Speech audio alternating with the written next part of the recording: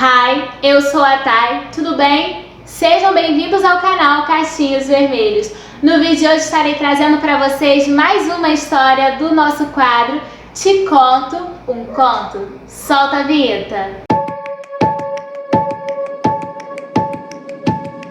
A história de hoje é uma história que me atormentou um pouquinho no final da minha infância e no início da minha adolescência. Inclusive, essa história, para muitos era uma lenda, para outros era um boato. Para mim, durante muito tempo, foi só um boato, até que teve um dia que, infelizmente, eu presenciei com os meus próprios olhos. Mas antes de eu contar essa história aqui no nosso quadro Te Conto um Conto, eu gostaria de pedir para você, que é menor de 18 anos, que não assista esse vídeo sem antes ter a autorização dos seus responsáveis legais.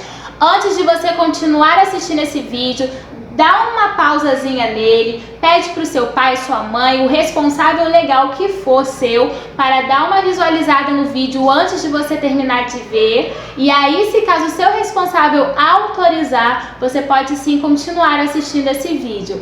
Até porque o conteúdo desse vídeo não é um conteúdo voltado para crianças. Então, já estou desde já alertando aqui, tá bom? Se você é menor de 18 anos, por favor, não prossiga com esse vídeo caso os seus responsáveis legais não autorizarem, tá bom? Aqui eu postarei outros vídeos com conteúdos mais leves que você poderá assistir normalmente, tranquilamente, tá? Mas nessa história de hoje, peço encarecidamente que, por favor, não veja, não assista sem antes ter a autorização dos seus responsáveis.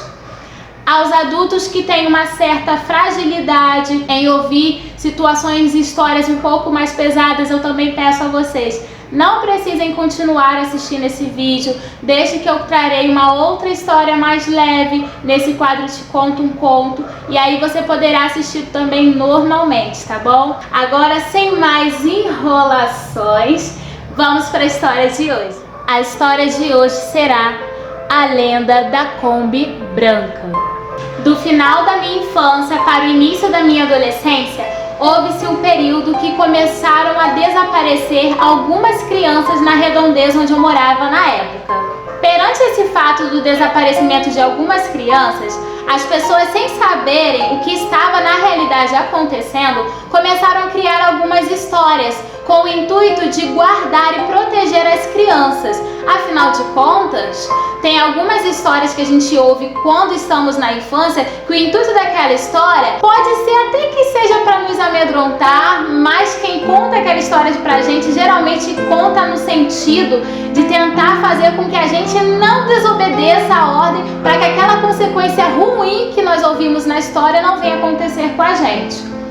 Então, mediante o desaparecimento das crianças que estavam acontecendo ali ao redor de onde eu morava, começaram a surgir alguns boatos de que, na realidade, essas crianças estavam não sendo desaparecidas, e sim raptadas. E para continuar essa história, as pessoas começaram a dizer que quem raptava essas crianças era uma Kombi branca. Essa Kombi branca, ela tinha uma listra azul e vermelha na sua lataria, e dentro dela sempre tinha 5 adultos. 4 eram homens e uma era uma mulher loira. Diziam que essa mulher loira, ela era uma enfermeira. E os outros 4 homens não se sabem ao certo o que eles faziam e o que eles trabalhavam. Nesse boato, as pessoas diziam que dentro dessa Kombi branca existia algumas caixas de brinquedos. Só que essas caixas de brinquedos, elas estavam totalmente vazias. Então, nesse boato, diziam que a Kombi branca, com essas 5 pessoas, passavam por uma região em que tivesse bastante crianças brincando na rua. Elas paravam ali perto de onde estavam essas crianças, alguns desses adultos desciam da Kombi pegando aquelas caixas de brinquedos vazias, atraíam as crianças oferecendo aqueles brinquedos que na realidade não tinha brinquedo nenhum, e quando uma criança se aproximava deles, eles conseguiam capturar essa criança e jogar ela para dentro da Kombi. Lá dentro da Kombi eles colocavam a criança que eles conseguiram capturar para respirar um determinado produto que faziam elas adormecer, apagar ou desmaiar, enfim. não sei qual era o nome do produto, e depois a criança desaparecia. O pai e a mãe procuravam ela e não conseguiam encontrar. E depois que passava um certo período, esse grupo de pessoas, esse grupo de adultos da Kombi Branca conseguiam entrar em contato com a família daquela criança e dizia onde que aquela família poderia encontrar o corpo da criança já morta. E infelizmente, nesse boato diziam que quando a família chegava lá no local onde o corpo estava abandonado, eles ficavam aterrorizados porque o corpo estava nitidamente cortado e costurado. Deixavam uma mensagem escrita na própria pele da criança com o sangue da criança, dizendo: "Mamãe, não doeu nada, eles deram anestesia". E aí você deve estar se perguntando por que essas pessoas faziam tudo isso nesse boato. Na realidade, esse boato ele estava relacionado ao tráfico de órgãos ilegal.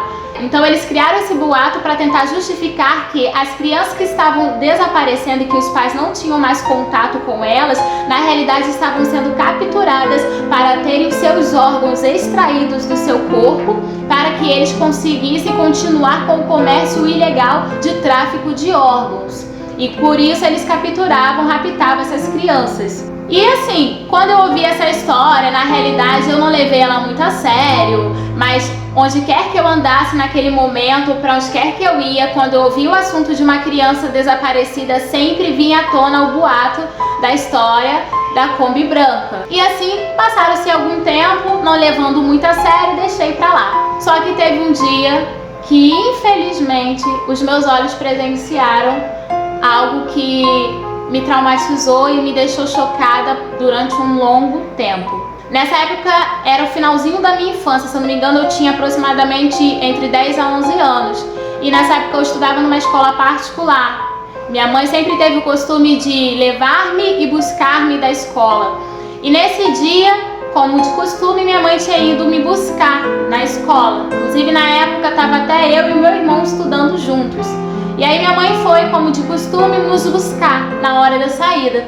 E quando nós saímos da nossa escola, naquela época, do nada começou um alvoroço. As mães de cada um dos alunos segurando seus filhos, abraçando, agarrando, gritando. E eu não estava entendendo o que estava acontecendo naquele momento.